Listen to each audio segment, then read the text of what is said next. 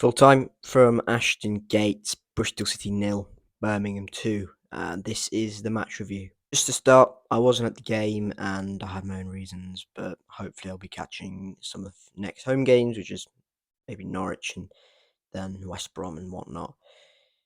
But quite frankly, a bit glad I didn't go because we were absolutely horrendous from the minute go. That is now 3 games and we scored 0 goals from open play. No goals at all. Just been poor, really. It's just never looked like a team that's going to threaten an opposition when we're getting close to their box. It's always felt like a bit pedestrian. It's always felt a bit slow and keeping possession for possession's sake. And that was pretty much how things went here.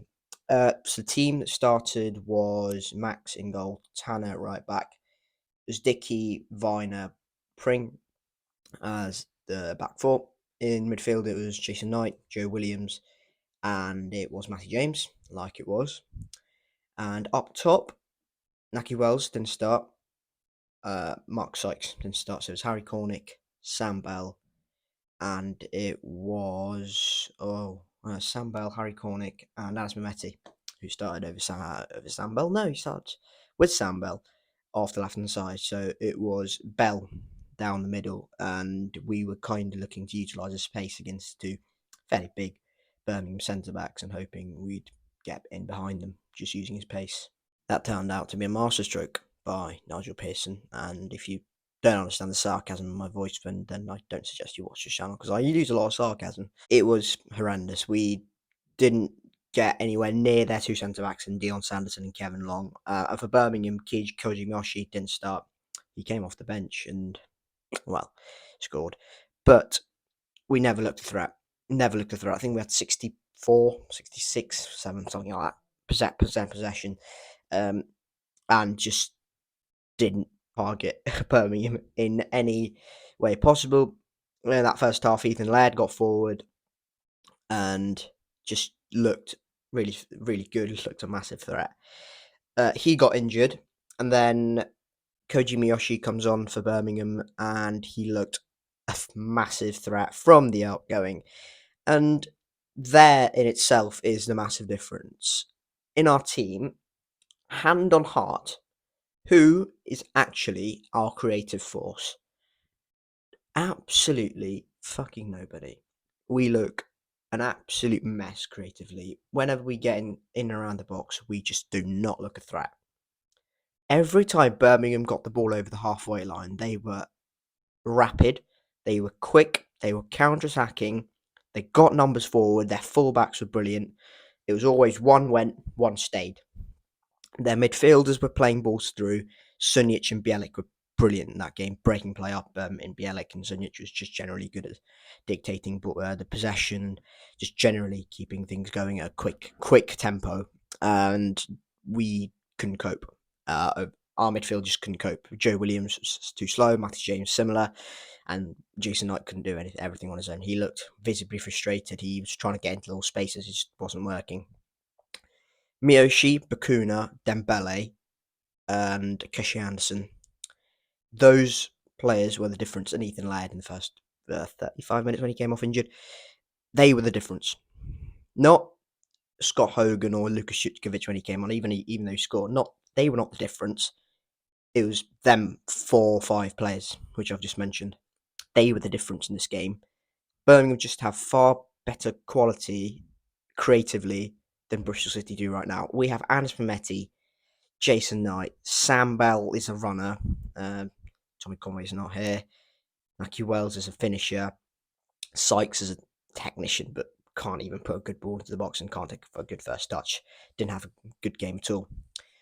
We just looked completely off the pace. So many loose touches, just generally looked really, really poor. The first goal comes on the stroke of half-time. It is a corner from the right-hand side from Keshi Anderson. He puts one in. It's not the greatest of corners, I have to say, but Koji Miyoshi, who comes on in the first half, as I mentioned, right on the stroke of half-time, I think 4 minutes is the third minute, lashes one in, catches one on the volley. Brilliant strike. and on his weaker foot as well. Look, that is just the difference at this level. If you have, I've gone on and on and on about this because we have seen this with so many teams over the past few years, whether that's getting relegated or getting promoted. Even Luton last year, and teams have survived. You know, previously you have to get the tight margins to go for you. Bristol City, apart from the first 5 minutes of the first half, were possibly in it. It was a tight game, but possibly slightly edged it in terms of territory and possession, and definitely possession, but territory we looked pretty good. Did not make use of it. You have to take your chances at this level. You have to take your chances. Otherwise, teams who have got that threat uh, in the striker or creative areas will punish you. We didn't take our chances. I mean, to be fair, we didn't create many chances, but we have to take moments. We have to use those moments to our benefit because it was a painful watch sometimes. It was so slow. It was so pedestrian. It was just so poor. It was just bland to watch. It was just really bad. There's no seasoning, no extra sizzle. It was just really bad. And yeah, we need some sort of creative player in there because at the moment it is just looking really, really bad once we get around the box. It's not the main talking point of this game because even if Rob Dickie doesn't get that second yellow card and get sent off, Bristol City would still be losing that game. In my opinion, they would have still lost that game 1-0 because we would not have scored at all. But it isn't a second yellow card, is it? In the first yellow card, obviously fine, yeah, whatever. It's not a great challenge. The second yellow though is just, it's just he uh, kind of blocks him, half blocks him. It's not. In my opinion, it's not a second yellow card. Let me know your thoughts in the comment section below if you have watched the game and if you once you watch the highlights. Let me know. Is it a second yellow card? I've seen it given, but if we're going to that kind of extent, then it's a bit shitty. Really, it's not great. It's not a very good look on the game, and in my opinion, they've got it wrong. But it is what it is. Well, I can't really complain because it didn't really matter. But we will be without Rob Dickie at Hull. It's not Swansea away, as I found out. It's Hull. So yeah, it's a shame because he's looked pretty good, and I thought he was reasonably good. But to be fair, he tried a few passes, and so did Zach Viner. I thought Zach Viner was fine. I thought the centre backs were fine. They couldn't do much about the goals. And yeah, I thought they didn't do much wrong, but whatever. And yeah, we'll be without Dickie at Hull. Will probably be Cal Naismith dropping in with Zach Viner. And some reports saying that Thomas Callas has re-signed on a 1-year deal. I'm fed up with this club right now. Honestly, it's if that news is true, then it's something's gone horribly wrong with the transfer market. The second goal, I think it's the 88th or 89th minute. It's Cal Naismith who just gets into the opposition half, tries to thread a ball through about 15 Birmingham players. It felt like at that time they were just everywhere, and credit to them, they were really good. Can't really blame Naismith for it, I suppose. Could you there was no space anywhere on the pitch with 10 men, really. They pounce on the ball, and immediately they look a threat on the counter attack. I think it's Bielik one of the midfielders gets the ball, drives the pitch, chips into the right hand side. It's Miyoshi. I'm not completely sure, but it fed into Jordan James down the inside right hand channel. He cuts it back. Lukas Jukovic coming across. Max gets a hand to it. Can't really blame Max. I thought it was all right. Max actually saved one deflected from Jordan James actually. So yeah, I thought Max was all right. But yeah, 2-0, game over. Town to 10 men, and Ashton Gate emptying, and a loud chorus of boos at full time. It's a painful one, this one, because we've just come on the kind of crest of the wave away at Millwall, and we felt all quite positive going into this one, and felt like, oh, well, Birmingham, yeah, they've had a good start of the season. They're a generally good team, and we could, take it take us to the Ashton Gate. Didn't do that at all. We were really, really poor. Birmingham were just better than us in both boxes, and clearly they're a very, very well drilled side, and clearly a lot of positivity going around there.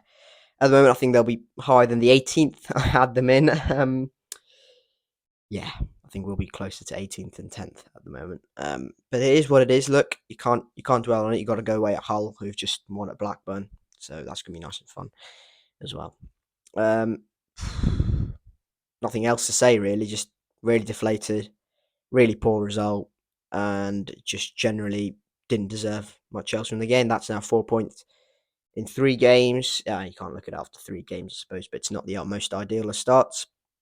I would have taken a point in this game, to be honest. I think I kind of underestimated how good Birmingham actually were. I think they'll be really, really good this season. I think they actually will.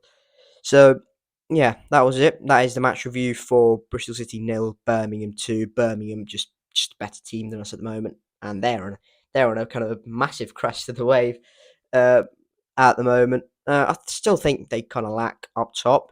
Maybe we see another striker coming out. I'm sure I saw Sorry Cabba being quite heavily linked.